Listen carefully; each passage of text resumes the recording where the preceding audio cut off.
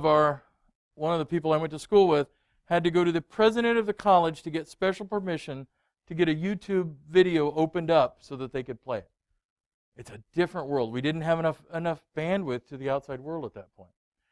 So we have to talk about then how are we connected? And so there's three different ways that we generally connect. A topology is a layout. In other words, that scheme, how are we connected? And so they really do make some sense. The star, the bus, and then something we call a mesh network.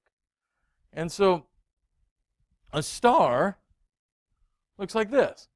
Everything is connected to a central point.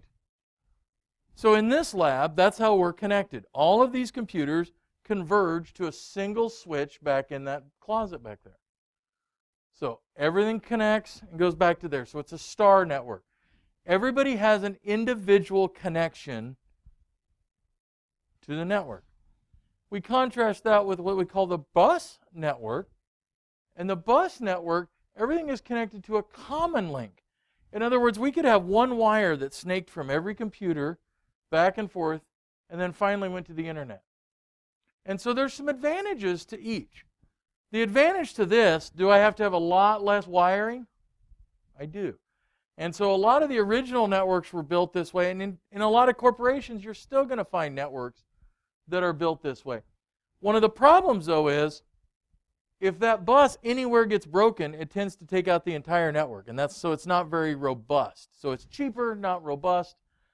We don't see this as much now. Most everything now is connected as a star. And then we have something called a mesh network. Now, when I say the word mesh, most of you, if you've started looking at networks at all, you're going, oh, you mean like a mesh Orbi or something for my house and my Wi-Fi. Sort of, but not really. So this idea says that every device has a connection to another device, and it forms a connection with everything. So if you notice, the computer up on the left here has like 4 different connections. So every connection to every other device. Well, that sounds really great because it's very robust, but think about if I had 1,000 computers. Is that going to be sustainable at that scale? No. Where we use this is in the back end, so things like on our backbone, our critical infrastructure, but we can't do this for every computer. But it's a model of what we can do.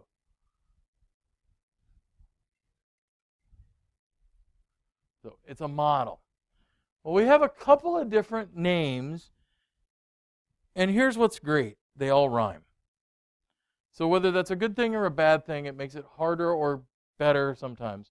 So we have PAN, LAN, MAN, WANs. Oh, great. So PAN, personal area network. So I form a personal area network in my car all the time, and most of you probably do too. You have a Bluetooth, and you connect to your Bluetooth radio. Great. That's a personal area network. It's very short range. It's generally ad hoc. In other words, it's set up on the fly. It's not a permanently created network. So a PAN. Well, we also can do it in our office. And sometimes you may buy a new printer that says, hey, I'm Bluetooth. Bluetooth typically is a PAN. And I may be able to print to my printer with Bluetooth. I've created a personal area network. A LAN, that local area network, is the most common thing you're going to see in your home, in your office. That's all my devices connected here at Peru State College. They're really all connected in what's called a LAN. Once I reach a geographic size and I change connection type a little bit, and it's kind of a gray area where I call it a LAN or a WAN. So I could call everything on our campus a LAN. I could also call everything in this building a LAN, and I could call the group of buildings then a MAN, a metropolitan area network. So these are all connections that we control. So we control a LAN, we control a WAN, we control a PAN. We control all of those very tightly, and that's kind of one of the differences. So if I had a campus where I have multiple connections out here, so different buildings, I'm probably going to call this a metropolitan area network. Sometimes you also call it a CAN, a campus area network, just to make life a little more confusing. But if I'm State Farm and I have 10 buildings, each building I would probably consider a LAN, and then the entire organization then a MAN. So here's a typical LAN, what it looks like. So here's all of our computers. They're connected together in some way. What it lets us do then is that ability to A, get on the internet, if we're going to use that, access company-wide resources. You may have intranet web servers, in other words, things that are done inside. You may have software that lives on servers or other things inside. File storage, printers. Very rarely in business do we put a printer on everybody's desk. We make you go to shared printers. And part of that is to talk you into printing less, because we'd like to cut down printing costs. Printing costs are really significant. But it also gives us some control and maintenance. The printers, the very large ones, are much cheaper to print to than an individual desktop printer. And so we push that a little bit. Once we reach the end of our network, we go to something called a WAN. So wide area network. So we have PAN, LAN, WAN, MAN, CAN. Now we have WAN. Well, a WAN then says we're going to connect, and we're going to connect over vastly larger geographic areas. So there's a couple of things that happen, and one of them we typically talk about is we change communications type. So in other words, when we go from here on our campus, from copper wiring, like what you see in the ceiling here dropping down, to fiber, and it's owned by somebody else, that's kind of where we call it the WAN network versus the local area network. So at your house, you even see a thing on the back of your house, and if you have Windstream or Spectrum, it's a box on there, and it says telecom equipment, and sometimes it even says right on it, demarcation point. And that marks the line between your LAN inside and the WAN, the wide area network. The biggest wide area network in the world is the internet, because we're connecting over all different kinds of mediums. So sometimes that equipment is owned by you, but primarily it tends to be owned by the vendors or provided by the vendors. So you rent a cable modem from Spectrum, you're actually having a way that it changes from one device to another. So it goes from that cable and the inside and your wireless, and it goes out onto the network. So a WAN is how we connect all these different LANs together, if you want to think about it that way. So I know we're throwing a lot of terms at you really, really quickly. The other architecture we need to worry about, so we said topology of how our wiring is done. We also need to look at something called client-server systems. So client-server architecture says we have somebody that works as a client and somebody that works as a server. You guys do it every day. When you go out on the internet, you are the client. Your web browser is a client, and you are getting resources from a server. Well, on a business, we often have other servers, so we have ones internally and ones externally. So a client then is something that requests services. A server is something that can provide them. It can be on the web. It can be other places. So a database server, for example, because we were just looking at that, says, all right, I'm living here. I store all this data, and I'm going to send it to you when your browser or your client requests it in a specific format, has the specific requirements to connect to me, and can send that particular piece out.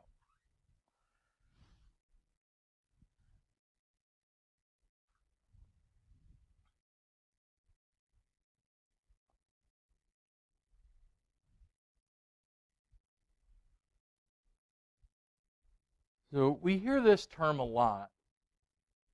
We hear the term broadband, and we say, well, how fast is your internet connection? That's typically the way we look at it. How fast is your broadband? And to start, we need to come up with a couple of ideas about how we're going to measure this.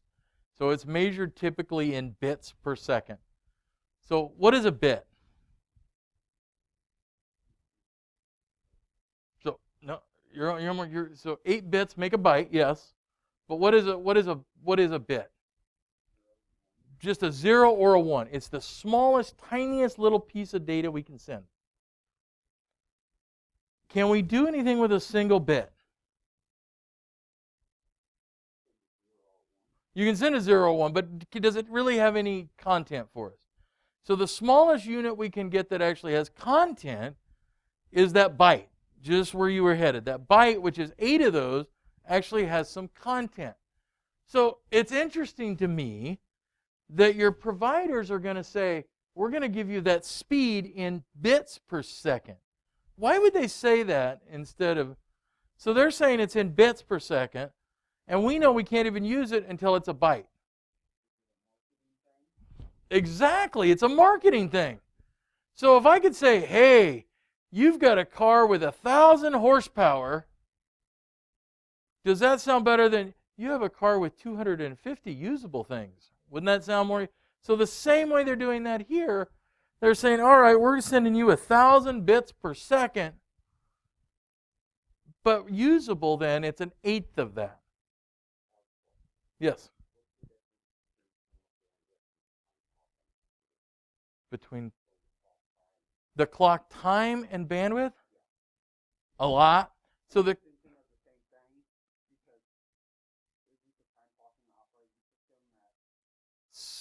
I think I know where you're going. So your clock on your computer does go out to the internet now on most operating systems and gets a time from... Nope. Okay. Oh, you're talking about the cycle speed of the CPU, probably. How fast your computer itself is. Yeah. Yep. No, that's... Yep. Nope. The cycle speed of your computer is how fast you can manipulate data that's already downloaded. But when we talk about channel bandwidth, we're talking about that data coming into your computer from the internet, or it may be the speed of the data coming from the server internally. It's how big a pipeline you have to the world. Think about it that way. And so that pipeline to the world we have can change a lot. How many of you have Windstream? Is anybody lucky enough to have Windstream? A couple of you? Yeah. Is it a great, fast, giant connection pipe? No. How many of you have Spectrum or Cox cable? All right. How many of you have some kind of fiber to your house? All right. So, generically, fiber tends to be faster because it's a bigger pipeline. So, fiber, you could think about having a fire hose to your house instead of a garden hose, if you want to think about it. Now, you have to pay for that speed, and so your speed is also determined by what you are willing to pay. So, for example, in Lincoln, we signed up with Allo. Allo has fiber to our house. Because it's only my wife there primarily right now, I signed up on the 500 meg per second account versus the 1 gigabit account. Yay, we're saving money. It's a speed ratio, and we'll look at how that works. So broadband tends to be the term that we use that says, hey, you have fast communications. By law, the federal FTC, the Trade Commission, says, by law, to be considered broadband, you have to be a minimum of 25 megabits per second, or 25,000 bits per second. If I try to get service in Peru with Windstream, I'm not going to get that. Even though they will say it's a 50 megabit per second service, my guess is you are not going to ever get that. There are a lot of places. We actually have one of our professors bought a house out in the country and cannot get anything including dial-up and has to use his cell phone or come in here to go to work. There are a lot of places like that. So a recent study was done, looked at broadband speeds across countries. United States invented the internet, right? That's a fact. Guess where we ranked on this list? Were we first? Were we 10th? No. Were we 20th? 20th in the world. And there were a lot of countries that had speeds far faster than ours. Liechtenstein, for example, near Germany, country near Germany. A lot of the European countries have much faster speeds. And in fact, if you find somebody here on campus that's from a European country coming here for sports or just to go to school, and you ask them about their internet experience there at home, they're probably going to go, this is ridiculous. And then ask them about their phone. And you'll find that they're paying a lot less for their phone service in Europe also. They're buying a prepaid SIM usually for $10 to $15 to $20 a month. And if you're on Verizon, what are we paying a month? Yeah, it's a pretty good chunk. But bandwidth, strictly speaking, we talk about how big that pipe is. Well, let's find out how big our pipe is. So I need everybody to go to a browser for me. So it doesn't matter which browser. Chrome is probably preferable. I will start it here. All right, so here's the website I want you to go to. This is one I use all the time, speedtest.net.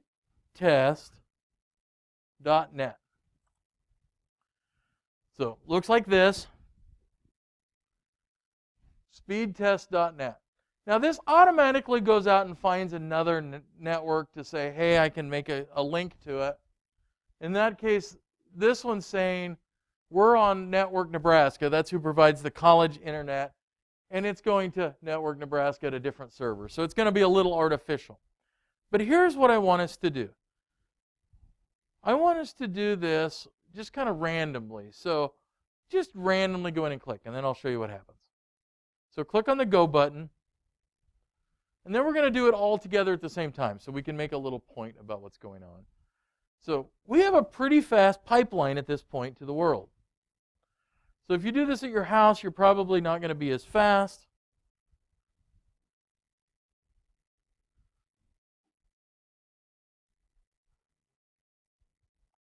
So some of you are going to be in the several hundreds. So let's have everybody click just kind of randomly on the Go button. And then we'll see who has the fastest speed in here. So 207 download. Anybody faster than 207 download? Oh, a couple of you. Oh, right. Anybody over 300? 400? 500? So in the 400s, I think I saw somebody that may hit 500. Nope. That is a lot of bandwidth we have here at the college, quite frankly. We have a big pipe to the internet. And as soon as, is everybody done now? 216. Nobody else is. So I'm going to do this on this computer by itself. So there's nothing else going on the internet at the same time in here. And let's see what it comes up with.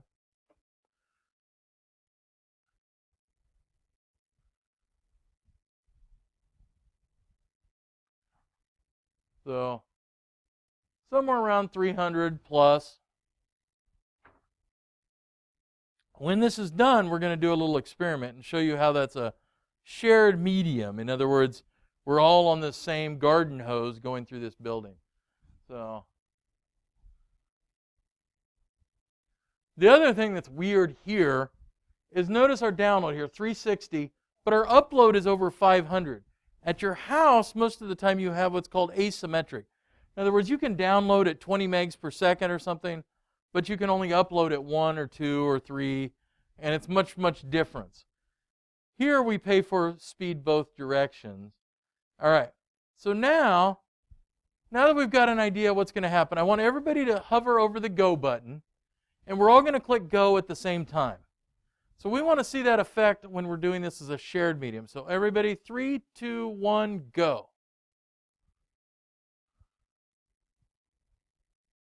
So now, everybody's doing this at the same time in here. And notice what happened. Is that as fast? No. Because we're all trying to reach out of that little garden hose.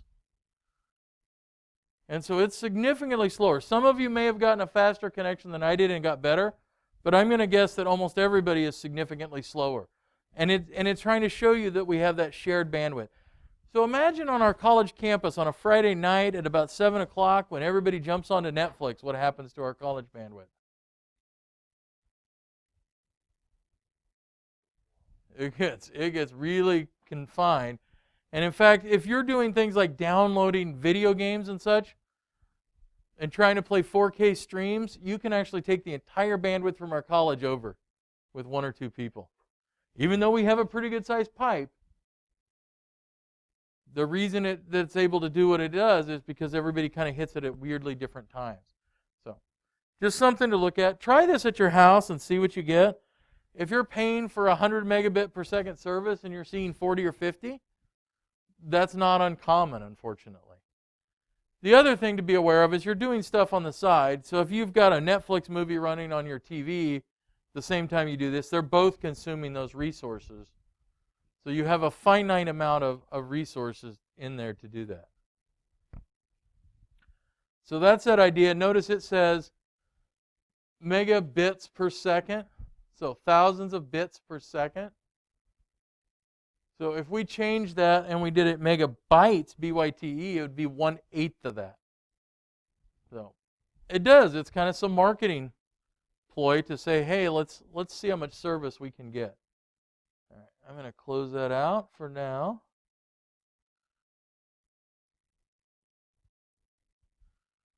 So how do we get connection then? So in your house, what's the most common connection you actually have? In our house on our internet, well, how do I get connection?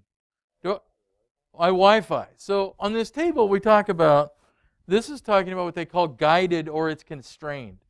So this is an example of, if I don't hit you with it there. So this is a twisted pair cable. So there's 8 connectors in there. This is really ubiquitous. We have it everywhere. It does have some distance limitations. So that cabling I can only run about 350 feet, 330 feet. So even in a building this size, it creates some problems. So we have to have some other connections available. But it's cheap. That stuff's under 25 cents a foot or less. It's everywhere. We can do it with a $10 cutter. It's easy to make. Coaxial cable. Kind of gone away except for the cable companies. So that's that round cable that comes into the back of your TV. We can also use that. It has the advantage of distances. It can push over a lot further distance. That's its great advantage. It's more expensive. It's harder to install.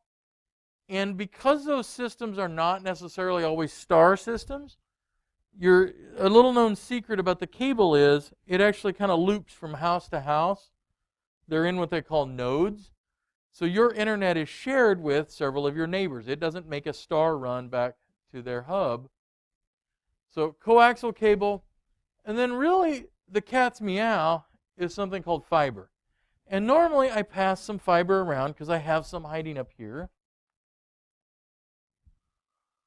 But in the interest of COVID, we won't do that. So this is a fiber optic cable right here. So inside of this, each side of these, there's 2 fibers in here. And inside of each one, and I've even got a little protective piece here, there is a tiny little speck of fiber in there, glass fiber.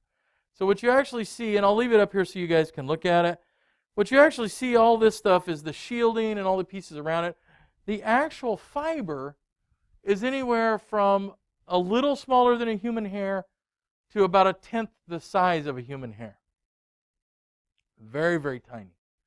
And it sends a pulse of light through this cable. So this is what we call a patch cable. So this has got 2 connectors. And this is a device that plugs into a switch that I have attached here. So this is what it plugs into then. This is the fastest way and the way we can send things the longest. Even with little devices like this, I can often send 10 kilometers or more through fiber. If I do long haul, I can usually go 40 to 70 or 80 miles on fiber. So it's what we built the backbone of our internet, the backbone of our phone system. That's how I ended up in this area, is because that's what I used to install and design was fiber optic networks for phone companies, essentially. And so coming through right through our neighborhood are some of the biggest pipelines for internet and communications in the world, and they come right through this area. In fact, right through Auburn are some of them. So this fiber optic gives us the ability to send nearly unlimited amounts of data.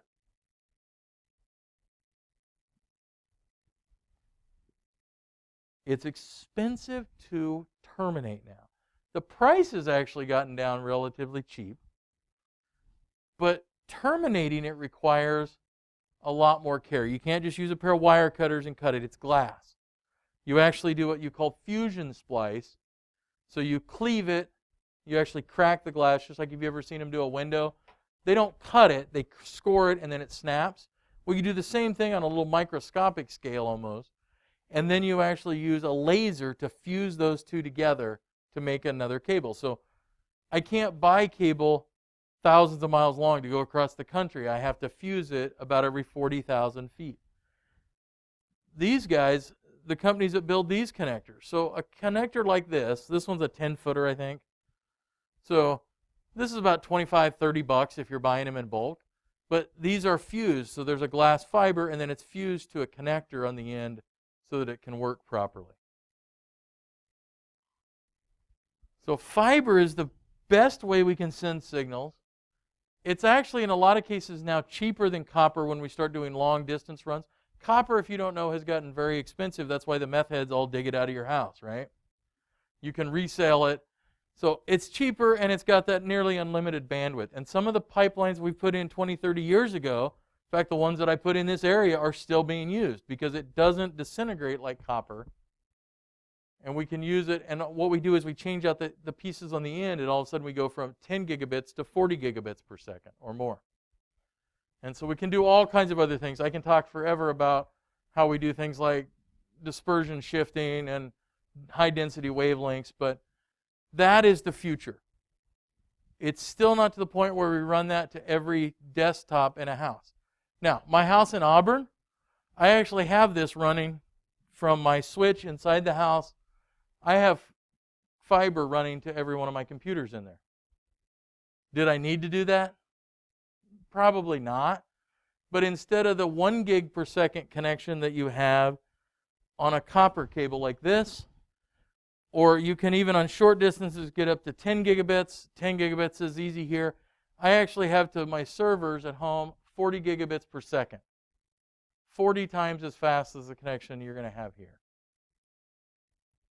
Again, didn't need it, kind of overkill, but it's for gaming. Yeah, I move some files around and do some things, but that is the fastest connection. And at some point, you'll probably have the ability to run fiber. Allo and Lincoln, that's what I've got is fiber, and they ran that fiber just like that up into the house, and then they have a box in the inside of the house. Same way in Auburn, I've got a company called A1 Fiber, runs fiber just like that up to the house, into the house, and then in a box where it breaks it out for me. So fiber is almost always the most expensive, but it's also the fastest connection we have. So there's disadvantages, though. The disadvantage is, who wants to walk around running a cable behind them? It's kind of handy to just go, hey, man, I got my phone. I'm going to get, or I get my laptop and I don't have to plug it in. And so the other really popular method is wireless. And there's a couple of different kinds of wireless we need to talk about. So there's microwaves. So when you see a tower and it's got a big round dish on it and they're pointing to, that's a microwave. It's a higher frequency. And we can also send it all the way to satellites. But the phone companies have used it a lot. That's how your tower out here for Verizon is actually hooked up. It's got to be line of sight, and we can go about 25 miles with a microwave dish. So it's pretty handy to span an area if we need to. But it doesn't do much for us personally. Infrared, so we can also do what we call infrared. And the computers used to have them on your laptops, and it's kind of gone away. Infrared is what your remotes for your TV use. And again, it's line of sight. If you try to do it from around the room, Unless you can like bounce it off a ceiling fan or something, it's not going to work. The primary thing we do is radio. And radio ranges depends on a lot of factors. There's changes happening right now with our phones. What's coming out with our cell phones right now? 5G connectivity. Now, 5G has a lot of advantages, and we don't have a ton of time to talk about it in here, but we could have an entire class about why 5G is never going to happen in Peru. When you have to put in a tower about every 1,000 feet to get that speed, are we going to have those out here in the middle of the country? No. Country bumpkins, we're still here. And in fact, I think it's affecting us negatively. If you have Verizon, I used to be able to talk on my phone all the way down to Fall City, and I could go all the way to Lincoln and have a phone call the entire way. That is no longer the case. And I think some of their equipment is failing or they've changed something. But the money isn't going to regular 4G now. Where's that money going? It's going to the bigger cities and the 5G that they're trying to roll out. It also is the same signal area we use for our Wi-Fi that we're going to look at. So a couple of other ones we need. NFC, Near Field Communications. If you use Apple Pay at McDonald's, that's NFC. You get your phone close to their little receiver. That's Near Field Communications. It's short range. It's kind of handy if you've used it. You can use it out here on our pop machines. Has anybody done that? You guys haven't? Anybody got Apple Pay or Samsung Pay? You do? Try it out here on our machine. Supposedly they've got it set up. It's handy. It means you don't have to carry your credit card. You can use your phone as a near-field communication device. So it can do a lot of things like that. I can pay for my gas with it. Somebody can steal my phone and have a really good time. But also on our phone is something generally we call Bluetooth. Bluetooth is good for about 30 feet. It's great for things like mice, computer mice, your headsets. And in fact, almost every phone maker now has decided they eliminated the headphone jack, right? That's nice. So now you got to buy the Beats or something, and you're spending more money on it, and the sound isn't as good as the plugged-in headphones. But we use Bluetooth for that. If you take my cybersecurity in the spring, I'm going to tell you how bad Bluetooth is from a security standpoint. And you can probably guess a little bit if you just think about that. When you hook that up in your car, and you had to put in a PIN code, what was it? 000. Oh, wait. And it's only 40. Oh, okay. And Bluetooth in a lot of your phones goes straight to every piece of data you have in there. So if I can hack your Bluetooth, I can get your photos, I can get your emails, all those fun things. And then the most common thing we have is Wi-Fi. We have it here at our campus. So there are some changes coming out with Wi-Fi even, because we're continually evolving. We're continually trying to get faster and better. And one of the problems we have with Wi-Fi is contention. In other words, there's only so many devices we can put on a single Wi-Fi hotspot. And so you don't see any in this lab, but if you look outside in the ceiling, is where ours are in this building. Those devices can generally run 30 to 50 devices at a time. But again, you saw what happened to our speed. When we hooked 30 devices or 10 or 15, and notice how much slower it got? And we have that same issue with Wi-Fi. If we use the Huskers football game as an example, if you go to the Huskers football game and sign into the Wi-Fi at UNL, are you able to do anything? No. So Wi-Fi has two pieces. It's got an access point, so the thing in the ceiling, and then it's got a receiver in your computer or your cell phone or whatever device it is you're using, because now we have all these IoT Alexa devices and cameras and everything else. So we have to be a little careful of that. And the Wi-Fi we buy for a business is different than what you're going to use at your house. At your house, you say, oh man, well, I got Allo and they provided me with a Wi-Fi hotspot. It should cover my whole house, and it was included. But Allo's trying to buy those as cheap as possible. Is it as good as a device like what we're going to put up here for the college? No. And in fact, if you go to Best Buy, you can buy a much better one. You can spend a couple $100s on one, like a Nighthawk or something. If you're a gamer, and I heard some gaming earlier, you would almost need to have that if you're doing Wi-Fi because it's a little better connection, a little faster. A couple $100. The devices we're hanging up out here are between $800 and $1,500 per access point. So if you think about how many they are, the original Wi-Fi plan for this college had 550 access points in it. Yikes. And part of that is so we have to have enough coverage, and then we have to have them dense enough that we can get enough signals in there. Weirdly, we were one of the last colleges in the United States to get Wi-Fi.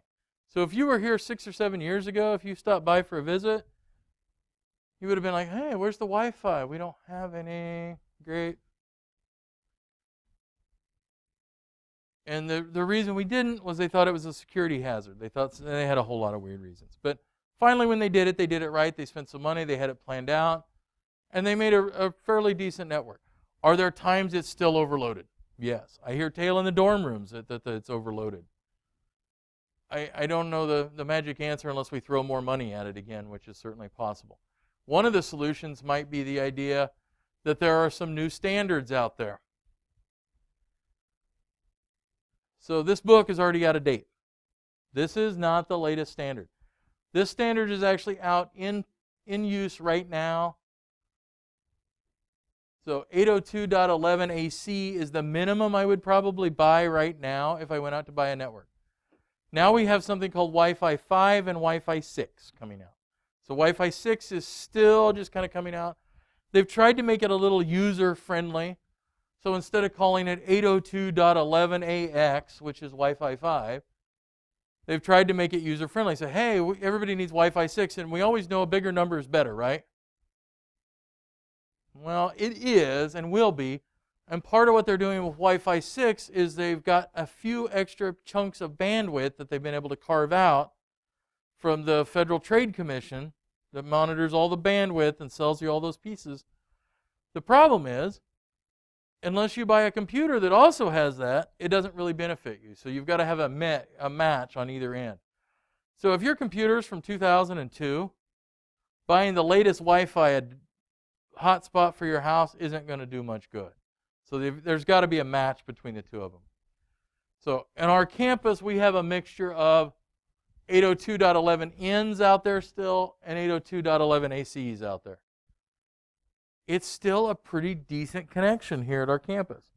And so sometimes we get locked into, hey, we always have to have the greatest and the latest, but sometimes we need to think, I need to use this for 3 or 4 or 5 years and then go purchase another one, especially if I'm in a business where those things are pretty pricey. I just designed the Wi-Fi network for a library and some other, and there were a couple of other pieces to make it work. It's not a very big library. It's not the size of the library here at our campus. It's a small town of about 7,000 people. The Wi-Fi for that, the original quote I gave them, not including any labor, just the hardware for it, was $22,000. And I went kind of a minimum spec. So Wi-Fi on a corporate level is pretty expensive to make it work when you have that high density. If you want an experiment, try to get no wait, never mind. I was going to say bring 50 people to your house and all have them get on your Wi-Fi and see what happens. That seems like a bad idea now in COVID, right? Have them all park outside and try to do that. So these are the standards that are out there. They're actually, like I said, there is an 11.ax. You will not be tested on that because it's not in any of the material you're going to read. And there's actually the Wi-Fi 5 and Wi-Fi 6 stuff that's coming out. And so what happens, though, here's the one thing I will say from a consumer marketing side is there are companies that will come out and say, hey, we've got Wi-Fi 6. And then when you actually look, they have a little piece of that whole standard, but they don't have the entire thing yet. You'll see that in 5G. So Sprint, for example, is touting that they have 5G everywhere. Well, they just called something 5G that's not really the same standard as what Verizon, for example, is putting out. The marketing stuff is horrific out there right now. So we typically combine them. So here we have the idea of a wired network, a wireless network, and here's some of the pieces then. So the internet comes in and you have a cable modem or some kind of a router that you get from your phone company or your internet provider. In a lot of cases, these things are combined. They've got a wireless access point of some sort combined with it. But again, I'm going to say if you have needs inside your house that are not typical, unless you are just sitting there watching Netflix and not doing much, you probably need your own router. You probably need your own access point. And in some cases, you can actually purchase these on your own instead of paying I think Spectrum now, the last I heard, was like $15 a month to rent their cable box that includes a Wi-Fi router and all that. Well, if I can go buy that modem for 70 or 80 or even $100, it doesn't take long to pay that difference off. So when I had to use Spectrum, because it was sadly the better of the choices, I bought my own device. When I've had to use Windstream, I actually bought my own DSL router because the ones they kept sending would break after about a month. It was a really sad time, and Windstream is a horrible, horrible, sad existence. But it's better than dial-up, which is what we had here in this country not too long ago. So microwave. So we talked about point-to-point. You also will see it going to satellites. And so right now, you guys have all heard of Elon Musk. Has anybody heard of Elon Musk? A couple of you. What's Elon Musk famous for? Do you know? True. So yeah, he's an interesting character. So Tesla cars is probably the one he's most famous for. At least most people know. He was one of the founders of PayPal, which is where he originally got, his billions. SpaceX, and he is actually now launching satellites and wants to put several thousand satellites in orbit so that you can actually communicate with your phone or a device very similar to a phone directly to that satellite. So there's no dead spots in the country. And there are places that I think will be helpful. If you look at very remote areas, so you go to Australia, or you go to part of Africa, or you go to Montana, for example, there's places where there's not a lot of cell phone signal. Or let's be honest, there's places there's not a lot of cell phone signal here in Nebraska, right? So it may be an idea, but there are very low Earth orbit satellites, geostationary satellites set at about 22,000 miles up. These are the original communication satellites, and they set in the same spot relative to you every time. So they're really handy for if you used to have the old dish antennas, the big dishes, that's what those point to. If you go to your grandparents and they have that like 15-foot dish in their backyard, that's what it was pointing to. So microwaves are a great way we can send a lot of data. But here's the problem. So even though we think electrical signals and waves go very fast, there's still a time lag. By the time we go up 22,000 miles and back, it creates a time lag. And if you're playing Call of Duty, time lag is bad. You want to have the fastest connection possible. So this is why we used to send all of our TV and everything. So this is kind of a synopsis of our phone system with our cell phone. So there was different developments. So 4G, they call it LTE. So that's kind of what we have out here as a standard. You can still get 50 to 60 megs per second download in a good location. Now the problem is you tend to pay for how much you download, and it can get expensive very, very quickly. Most of us now have probably got an unlimited account, but it's really unlimited only to about 20 gigs, and then they start slowing you down. So the next step then is 5G.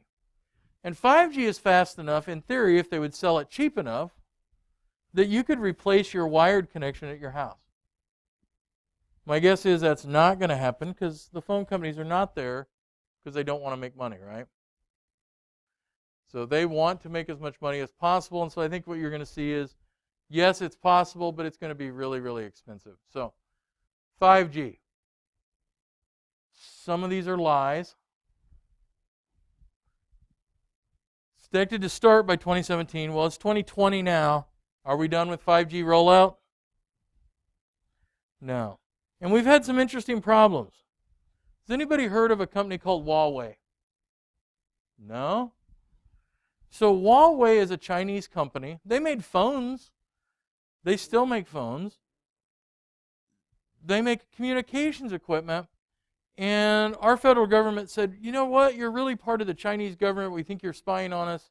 And they were going to develop and put in about 75% of the equipment to do 5G was actually developed, and we were going to be bought from companies like Huawei. So it's created a problem. There weren't a lot of other companies out there able to produce it as quickly and as cheaply. So the price for that 5G rollout just keeps going up. So we'll see it. It's just taking a lot longer than what we anticipated. But in a city, there's a lot of places where we can put in an antenna every 1,000 feet. So we can set them on top of buildings and hide them in different places. But out here, you're not going to see a tower every 1,000 feet as you drive down the highway. So it's going to take it a while to do that. But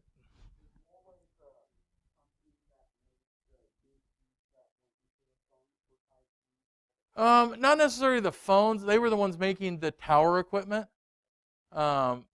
But they had some licenses and some.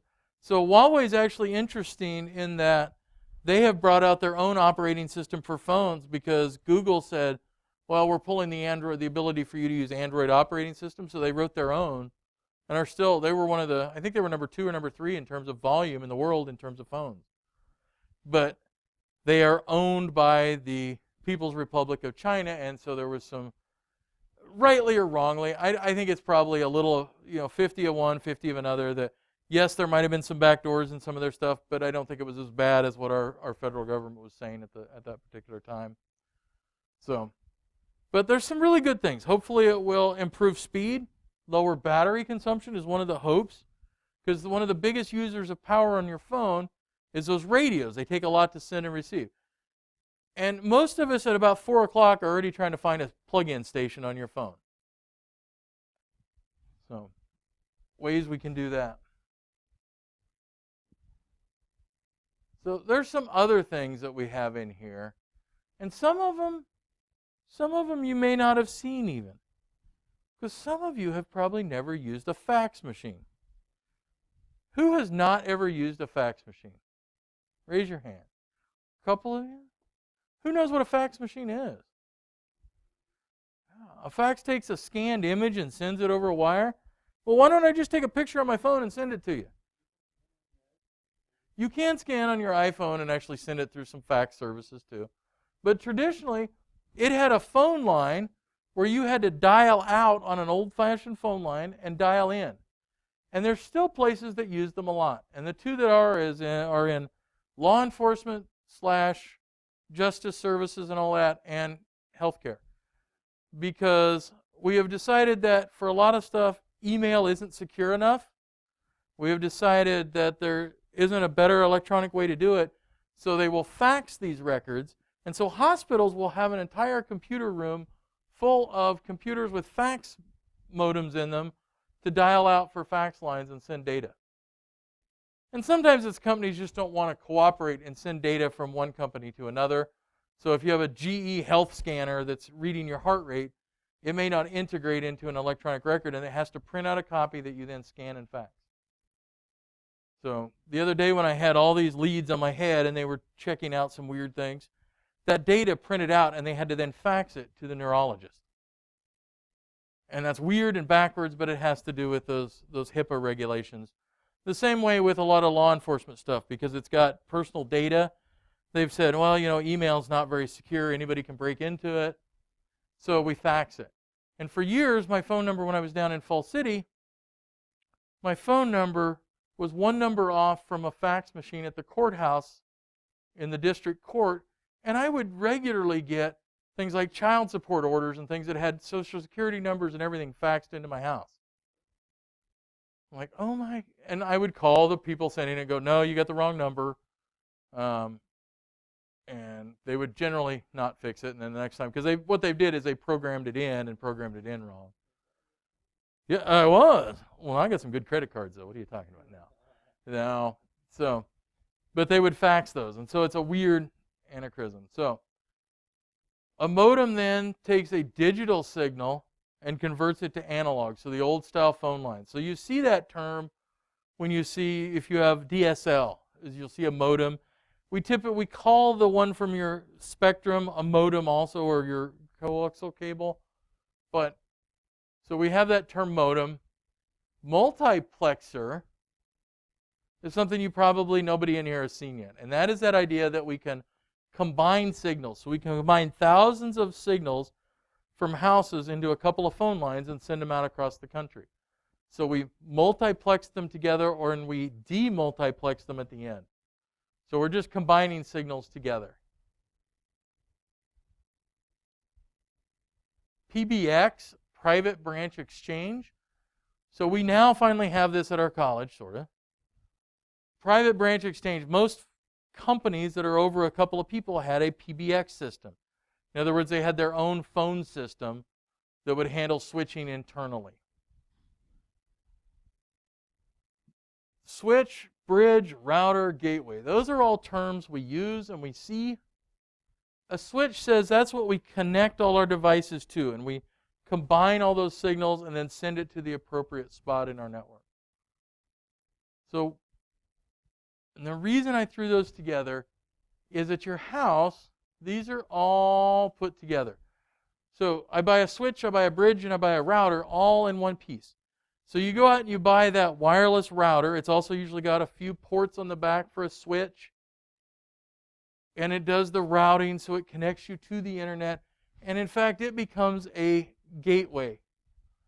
So the internet. And so a lot of times we just call those a gateway device. So next week we'll roll those out and we'll show you a couple of those and what they look like. I can't, like I said, pass them around, but we can set it up here and you guys can take a look at it. All right, so what do I need you to do this week? So if I can get back to class, I was going to make you watch this video, but I'm going to have you do that on your own time. So it's called Introduction to the Internet. On Monday, there will be a 2 or 3 question quiz about Introduction to the Internet. So rather than make you watch that in class, it's about 13 minutes long. I tried to budget for it. There is an Introduction to the Internet. Make sure you've done that. Make sure you've read Chapter 4.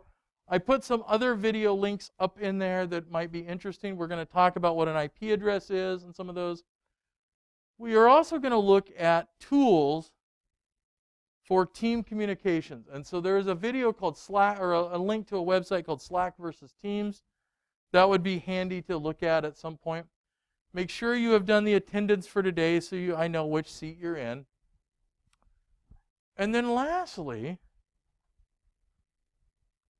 over here on the discussion board,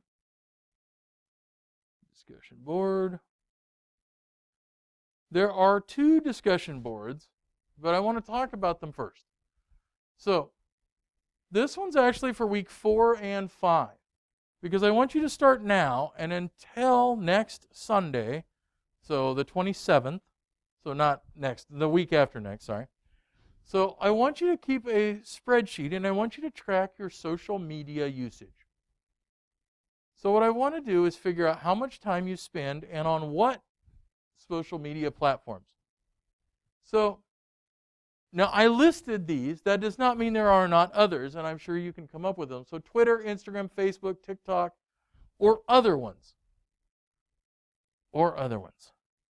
I am going to try to put this together and find some data and see how much time students are spending on that. So the other piece I want you then on each day then is, if there's something that stands out, how much time is entertainment, how much time was informative, and what I want to do is build a kind of an idea of what we're using our time for. So there's not a formal survey, but I'm going to put it in, you're going to make your own spreadsheet. Now, please use other social media networks. I know there's a ton of them out there. If it is one that is potentially embarrassing, you do not need to list the name. So if you're spending 8 hours a day hanging out on Tinder, well, we need to talk anyway, but So there are a lot of other social media networks out there. So